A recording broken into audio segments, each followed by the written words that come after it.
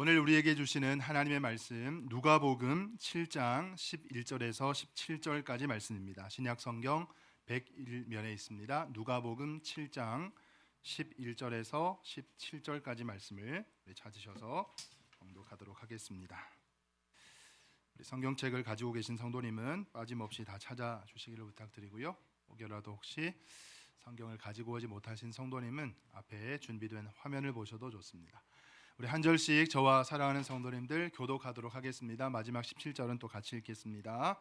그 후에 예수께서 나인이란 성으로 가실새 제자와 많은 무리가 동행하더니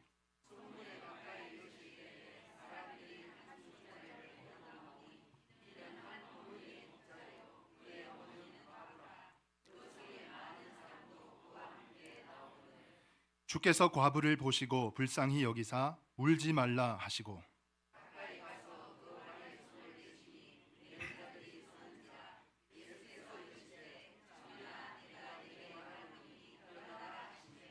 죽었던 자가 일어나 앉고 말도 하거늘 예수께서 그를 어머니에게 주시니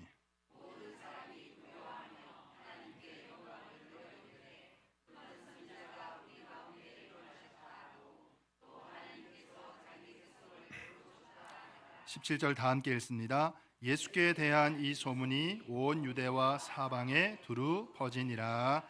아멘. 유아사 가케모토라고 하는 분이 쓰신 책이 있습니다. 40대부터 시작하는 늙지 않는 몸 만들기라는 책이 있어요. 유아사 가케모토 40대부터 시작하는 늙지 않는 몸 만들기라고 하는 책이 있는데요. 이 책에 보면 사람의 몸은 세포가 몇 개 세포로 구성되어 있는지 혹시 알고 계신 성도님 계신가요? 약 30조 개로 되어 있대요. 30조 개로. 역시 놀라지 않으실 줄 알았습니다. 30조 개의 세포로 이루어져 있다. 뇌도 어떨까요? 우리의 뇌도 마찬가지예요. 뇌도 세포 덩어리라고 한대요. 이 세포 덩어리인데 우리 온 몸이 그러니까 세포로 되어 있잖아요. 뇌도 세포로 구성되어 있는데 크게 두 종류의 세포로 이루어져 있다고 해요. 그 하나가 뭐냐면 교세포라고 하는 교세포, 글리아 세포라고 하고요. 그걸로 구성이 되어 있고 또 하나 세포 구성된 게 뭐냐면 이제 신경세포, 교세포와 신경세포로 구성되어 있는데 교세포인 글리아 세포가 있고 신경세포는 우리가 잘 아는 뉴런이라고 하는 세포 이렇게 이제 크게 나누어진대요. 이 세포로 이루어져 있는 게 우리의 뇌라고 하는 거예요. 우리 몸이 늙는다 말씀 많이 하시네요. 아우 막 한 해 한 해가 다르네. 작년 다르고 올해 다르네. 이제 늙어서 그렇지 뭐. 아우 나도 이제 늙나 봐.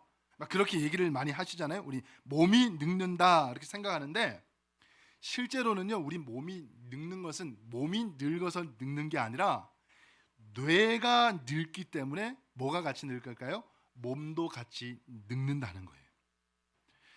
이제 신경세포의 특징이 뭐냐면 다른 곳에 우리 몸의 다른 곳의 세포는 계속해서 이제 분열을 해 가잖아요. 그래서 숫자가 늘어나기도 하고 막 그렇게 하는데 이 뇌를 이루고 있는 세포는 우리 다른 몸을 구성하고 있는 다른 세포와는 다르게 뇌를 구성하고 있는 세포는 그냥 한 번 줄어들게 되면 그 숫자가 다시 늘지 않는데요.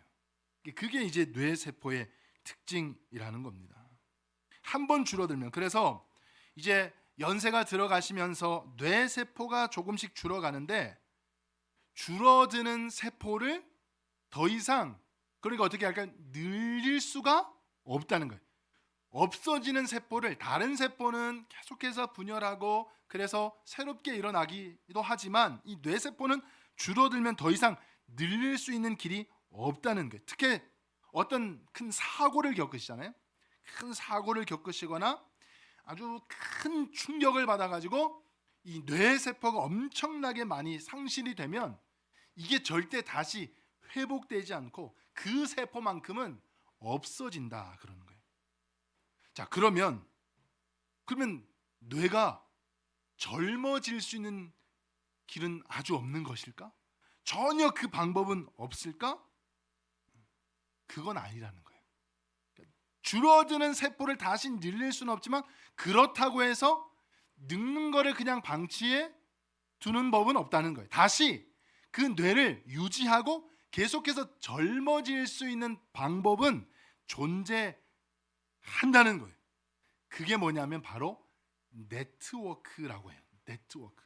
자, 보통 이 뇌 신경 세포는요 5개에서 내지는 7개 혹은 이제 8개 정도의 세포가 서로 네트워크를 형성한대요. 그래서 서로 정보를 주기도 하고 받기도 하고 그렇게 교환을 하면서 이제 신경을 왔다 갔다 그렇게 한다고 해요. 근데 자, 이 연결된 이 세포 5개에서 7개 내지는 8개가 훨씬 더 10개, 20개로 네트워크를 늘려가면 왕성하게 네트워크 활동을 하게 되면 비록 세포가 줄어든다고 할지라도 세포가 줄어드는 것보다 훨씬 더 많은 양의 정보를 처리할 수 있다는 거예요. 그렇게 정보를 많은 양의 처리할 수 있을 때 그러면 어떻게 될까요? 뇌가 젊어지기 때문에 죽을 때까지 뇌가 끊임없이 뇌가 발전하는 것은 그렇게 해서 발전을 한다는 거예요. 세포가 다시 일어나고 살아나서 그렇게 발전하는 게 아니라 네트워크를 늘려가는 거예요.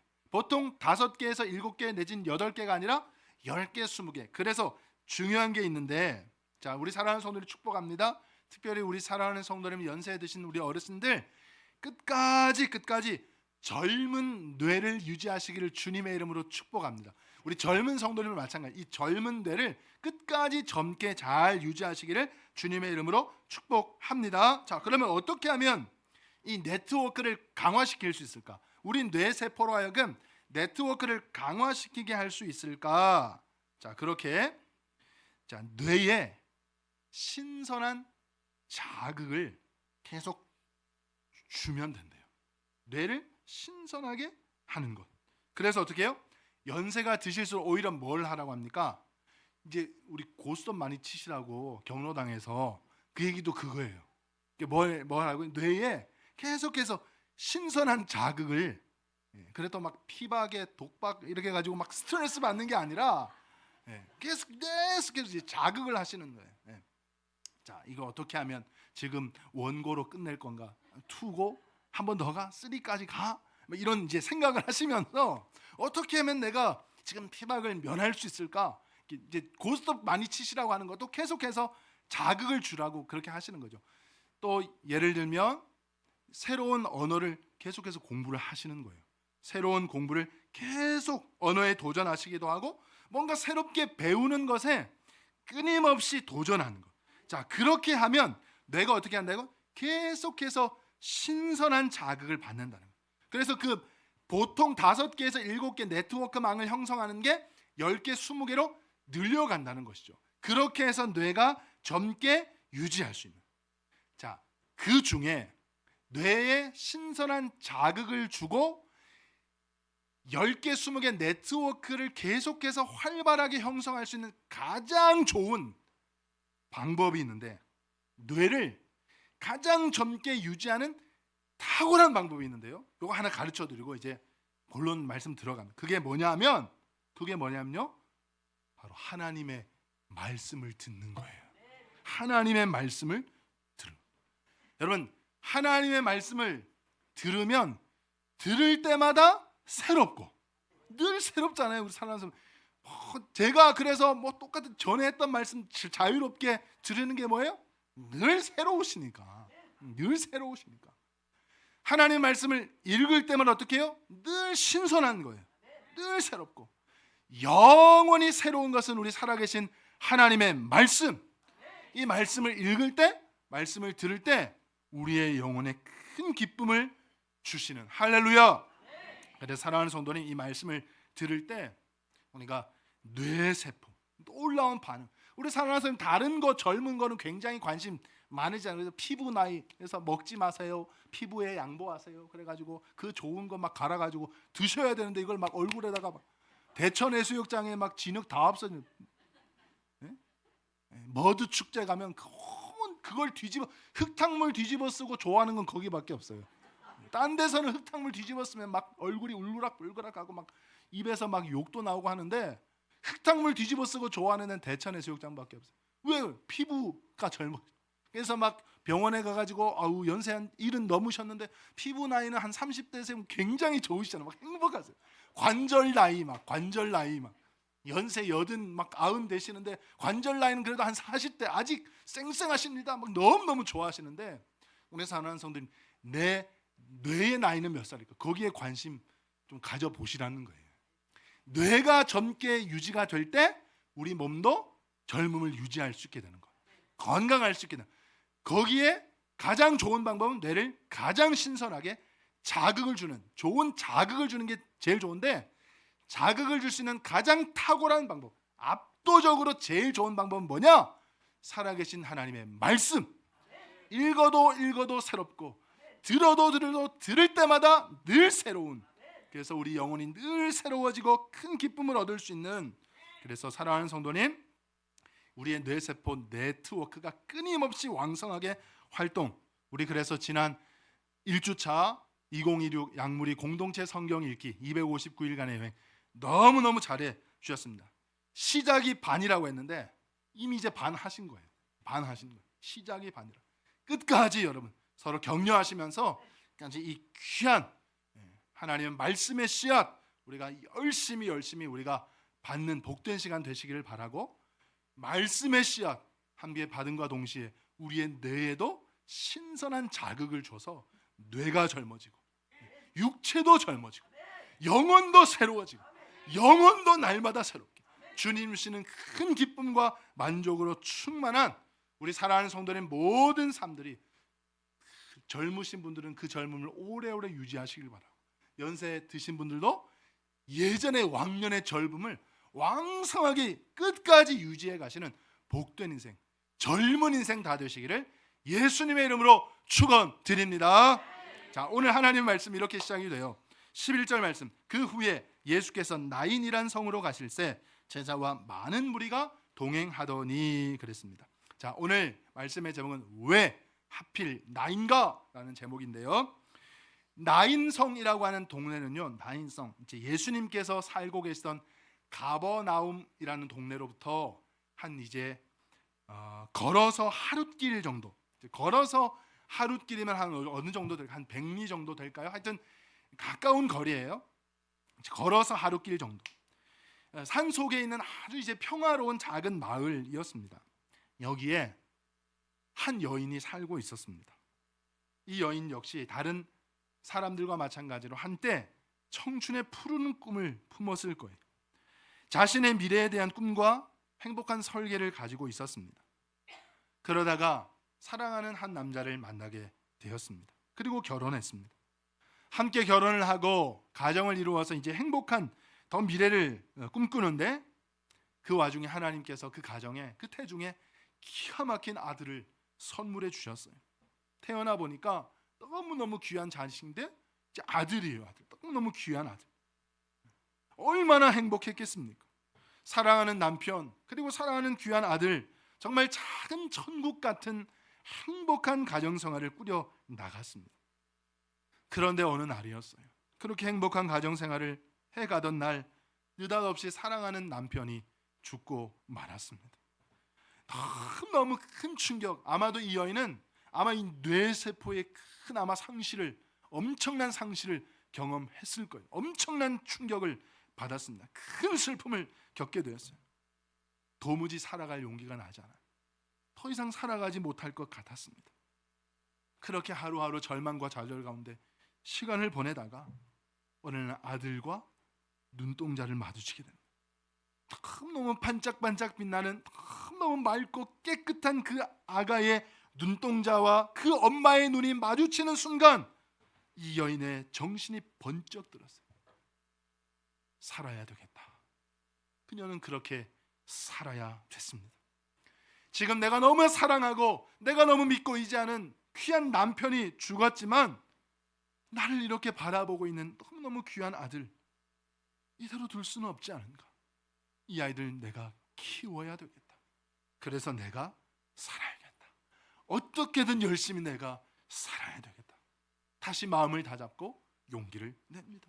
우리 예전에 오래전에 보면 6.25 전쟁 직후에 이런 사랑하는 남편 잃고 이런 어머니들 너무너무 많지 않으셨습니까? 이 아들 하나, 그 자식 하나만 바라보고 열심히 이 어머니가 살았습니다.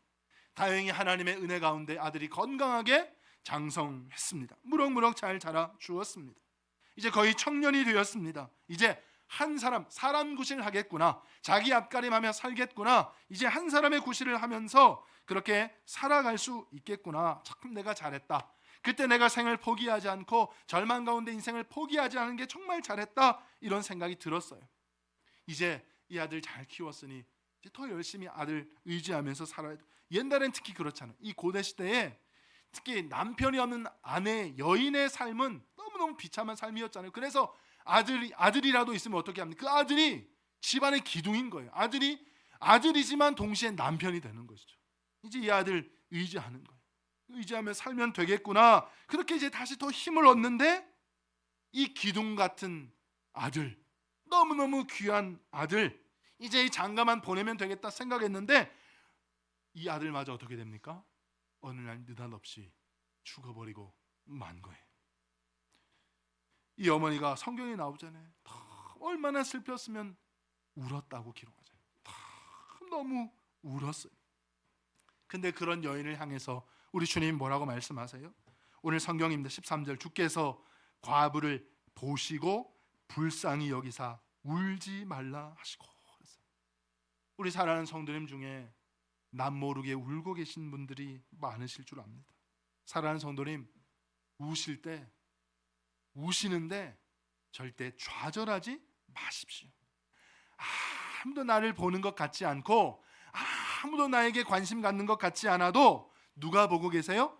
주님은 보고 계신다는 거예요. 주께서 과부를 보시고 예수님께서 그 사랑하는 남편에 이어서 의지하는 든든하게 키운 아들마저 잃고 너무나 큰 슬픔과 절망과 좌절 가운데 몽도와 울고 있는 이 여인을 주님은 보셨다는 거예요. 히스기야가 그 죽음의 문턱 앞에서 큰 절망에 빠졌습니다. 어떻게 해요? 면벽하여 통곡했다.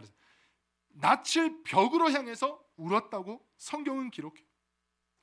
사랑하는 성도님, 우실 때요 절망하지 마시라 말씀드렸어요. 낙심하지 마시라 그랬어요. 그 이유는 주님이 보고 계시기 때문에. 그래서 울 일이 있을 때 우리는 누구 보고 울어야 될까요? 주님 보고 우시기를 바랍니다. 하나님 보고 우시기를 바라요. 사랑하는 성도님, 꼭 기억하십시오. 절대 사람 찾아가서 사람 보고 울지 마십시오. 사람 붙잡고 울지 마십시오. 나중에 비참해질 뿐입니다. 울 일이 있거든 누구만 바라보세요? 그래서 여기 나오셔서 주님 바라보고 우시라는 거예요. 히스기야가 낯을 벽으로 향했다는 것은 하나님만 바라봤다는 거예요. 주님께 그 시선이 향했다는 거예요. 주님께 온 마음이 향했다는 거예요. 오직 주님 붙잡고 대성통곡했다는 거예요. 사랑하는 성도님, 절대 포기하지 마십시오. 주님이 나를 바라보고 계세요. 그 주님 바라보시면서 나도 주님 붙잡고 주님 앞에서 우시기를 바랍니다. 그러면 하나님의 긍휼의 손이 반드시 함께 하실 줄로 믿습니다. 히스기야가 주님 앞에 대성통곡할 때 뭐라고 하셨어요? 내가 내 기도를 들었고 내 눈물을 보았노라 말씀하셨어요. 하나님께서 반드시 우리의 기도를 들으시고 우리의 눈물을 바라보실 줄로 믿습니다. 혹시 우리 가운데 남몰래 울고 계시는 성도님, 주님이 다 보고 계시고 이 눈물 방울 다 세고 계심을 믿으십시오.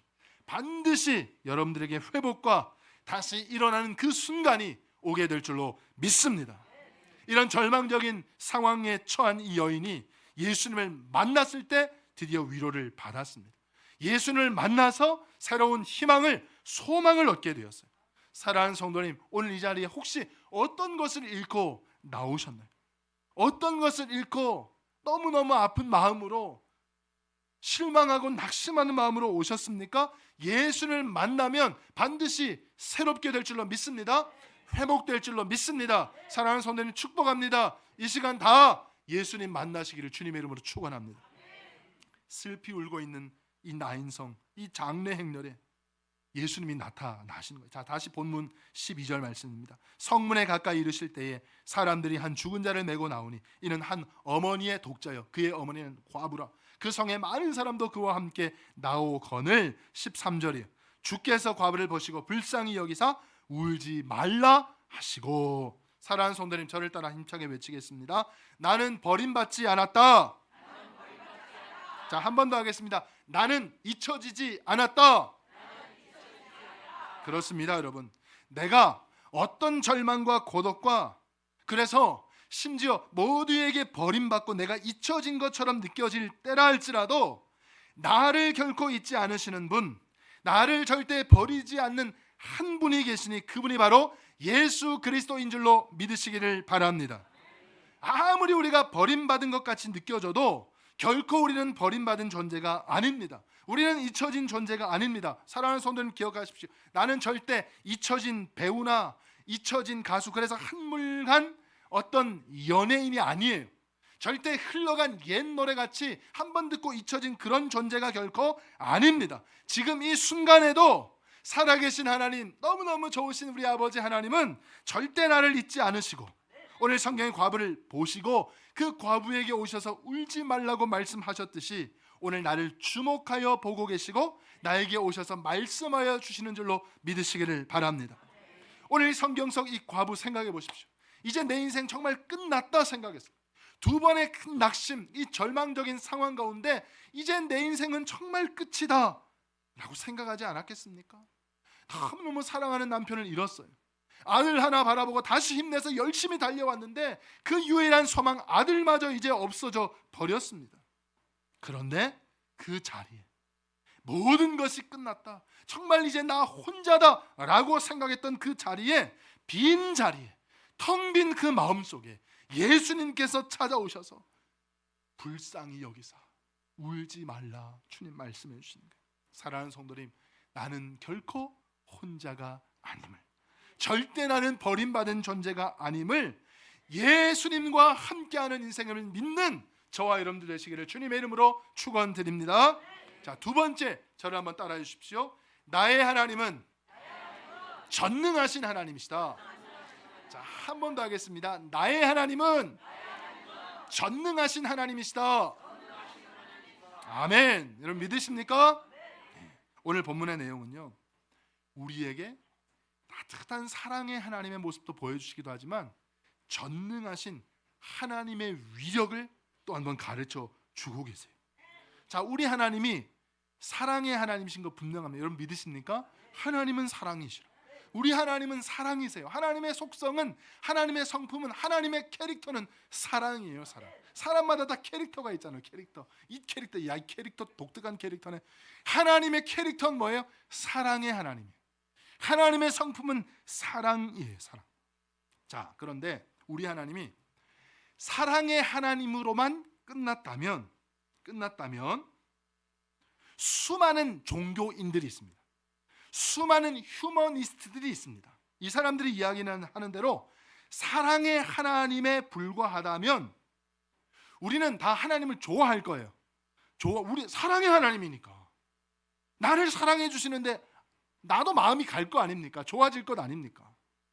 사랑의 하나님, 우리가 좋아하고 존경하기는 할지언정 예수님의 그 말씀, 교훈을 배우려고 할지언정 그분을 믿지는 않을 거예요.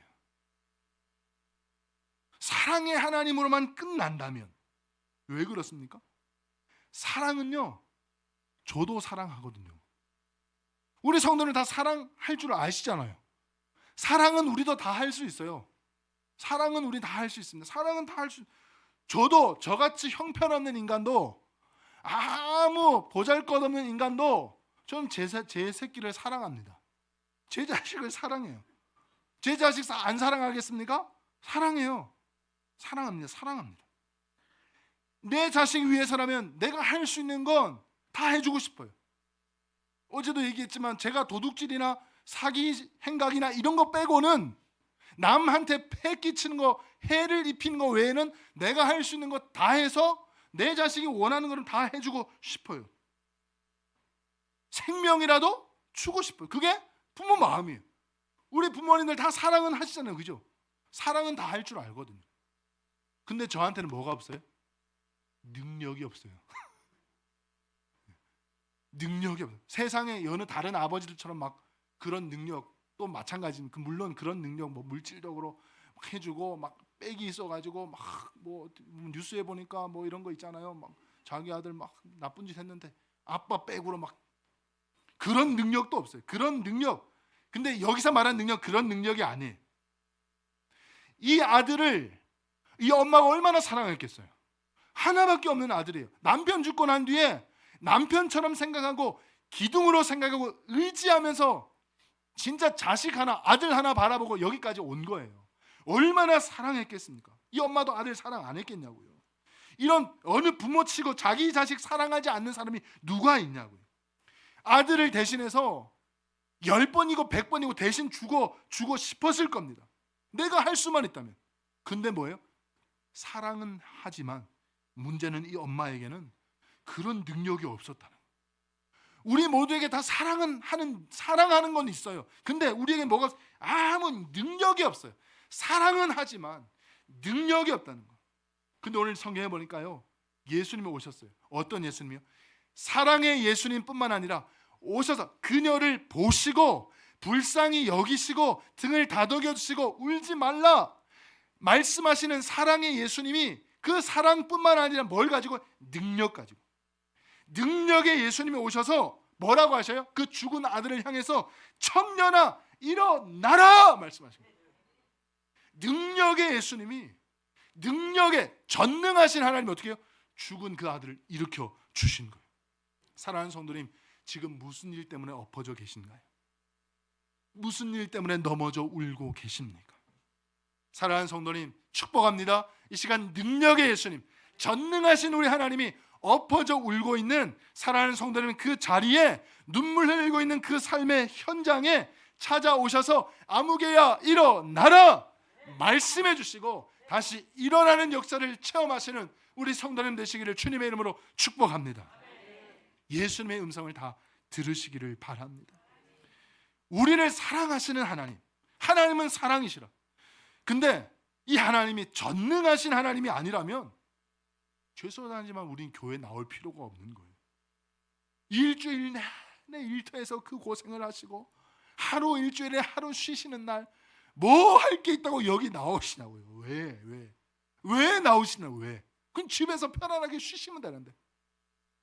사랑의 하나님이실 뿐만 아니라 전능하신 하나님이시기 때문에 그 하나님이 내 인생의 문제의 유일한 해결자가 되어주시고 내가 간절히 주님 앞에 부르짖는 나의 간구에 유일한 응답자가 되어주시고 나를 이 죽음과 같은 심각한 인생의 고통, 역경, 고난 가운데 꺼내줄 수 있는 유일한 해결자, 무엇보다 나에게 이 땅에서의 삶뿐만 아니라 저 천국에서의 영원한 우리 인생의 본론, 그곳에서 영원한 생명, 천국을 허락해 주시는 구원의 하나님이시기 때문에 우리는 그분을 믿는 거예요. 믿기 때문에 이 자리에 나온 줄로 믿습니다. 그래서 이 자리에 나온 의미가 있는 줄로 믿습니다. 사랑하는 성도님, 다시 한번 축복합니다. 사랑의 하나님 뿐만 아니라 전능하신 하나님을 만나시기 바랍니다. 하나님의 음성을 들으시기를 바랍니다. 하나님의 음성을 듣고 하나님의 능력을 경험하시기를 바랍니다. 우리 인생의 어떤 닫힌 문이라도, 큰 문제라 할지라도 문제보다 더 크신 하나님으로 말미암아 해결받고 닫힌 문이 활짝 열리게 될 줄로 믿습니다. 오늘 예수님께서 관을 메고 가는 자들 앞에 서셨어요. 그리고 그 관 위에 뭘 얹으셨어요? 손을 얹으셨어요. 이게 뭡니까? 죽음의 행렬 앞에, 죽음의 행렬이 생명의 주인이신 예수님 앞에 멈춰 섰다는 거예요.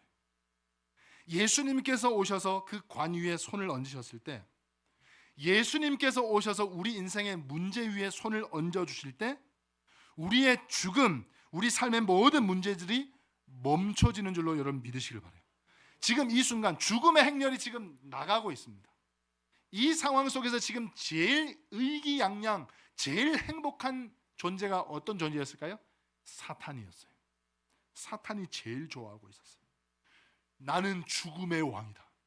나는 사망, 나는 멸망의 왕이다. 여러분 보십시오. 그 대제국 헬라 제국의 시작을 알렸던 알렉산더도 보십시오. 세계 최대 제국을 이끌었던 징기스탄도 보십시오. 그 어떤 세상의 영웅도, 그 세상의 어떤 뛰어난 학자도, 그 뛰어난 재벌도 다 어디에요? 이 사탄의 세력, 죽음의 왕, 멸망, 사망의 세력 중에 제일 큰 세력 사탄 앞에 그냥 다 꼬꾸라지고 만 거 아니에요. 그냥 죽음 앞에 그냥 다 꼬꾸라졌어요. 다 인간은 누구나 다 이 죽음 앞에 무릎을 꿇을 수밖에 없는 거예요. 아무리 인간의 어마어마한 능력이라 할지라도, 그 어떤 인간의 큰 사랑이라 할지라도 죽음 앞에서는 다 무력할 수밖에 없잖아요. 그래서 자식의 죽음을 앞둔 자식 앞에서 부모가 할 수 있는 게 뭐가 있어요? 아무것도 없잖아요.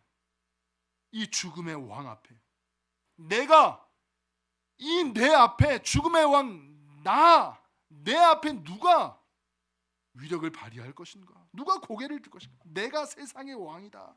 내가 우주의 왕이다. 그래서 지금 나인성의 죽음의 행렬이 나갈 때 제일 기분 좋고 제일 행복했던 존재는 누구였다고요?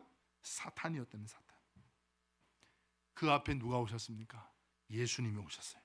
생명의 주 예수 그리스도와 죽음의 왕 사탄이 정면 대결하는 그 순간 누가 이기셨습니까? 예수님이 거뜬히 이기셨죠. 주님이 그 죽음의 그 관을 멈추시고, 죽음의 행렬을 멈추시고 관에 손을 대시고 주님께서 선포하셨을 때 청년아 일어나라, 죽은 몸이 일어나게 된 것을 우리는 믿습니다.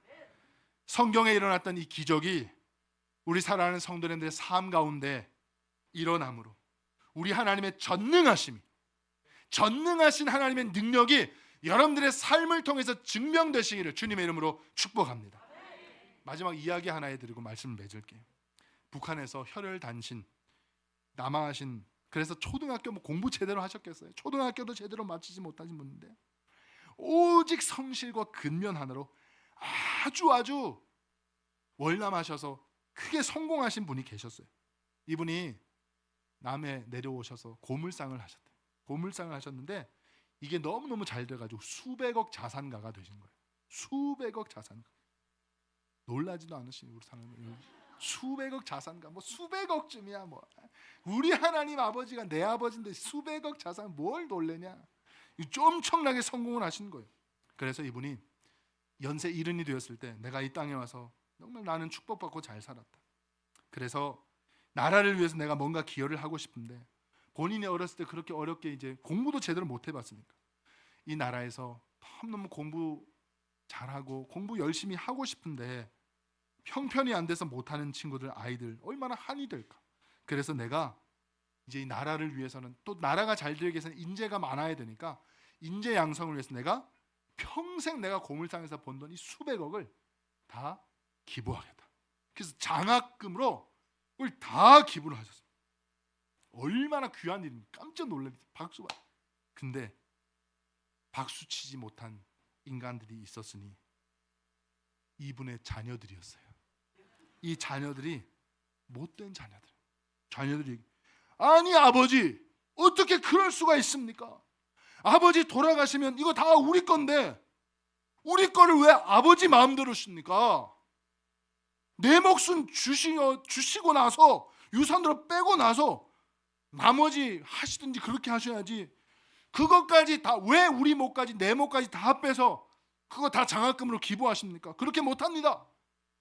결국 이 못된 자식놈들이 아버지를 고소해버렸대요. 자기 유산, 사회에 한원한 것 중에서 자기들 목숨 줘야 된다는 거예요. 이게 몇 년 전에 실제 있었던 사건입니다. 천하에 이런 못된 자식들이 있는 거예요. 아버지 고마운 줄 모르고 아버지께 당연히 자기 건 줄 아는 착각하는 자식들이 있는 거예요. 재판을 했는데 누가 이겼을까요? 당연히 아버지가 이기죠. 자식들이 다 졌습니다. 근데요, 그 일 이전에 다섯 번째인가 여섯 번째인가 하는 이 아들이요, 그 자식이 다 못된 놈들은 아니었나 봐요. 그 한 사람이 괜찮은 분이 있었는데 이분이 형제들하고 붙잡고 이렇게 아니 울면서 아유 형님 누님 어떻게 이렇게 할 수가 있습니까? 아버지가 월남하셔서 지금까지 그렇게 고생하고 공부도 제대로 못하시고 이렇게 사업 일구셔서 우리 이렇게 번듯하게 키워주신 것만 해도 얼마나 감사한 일입니까?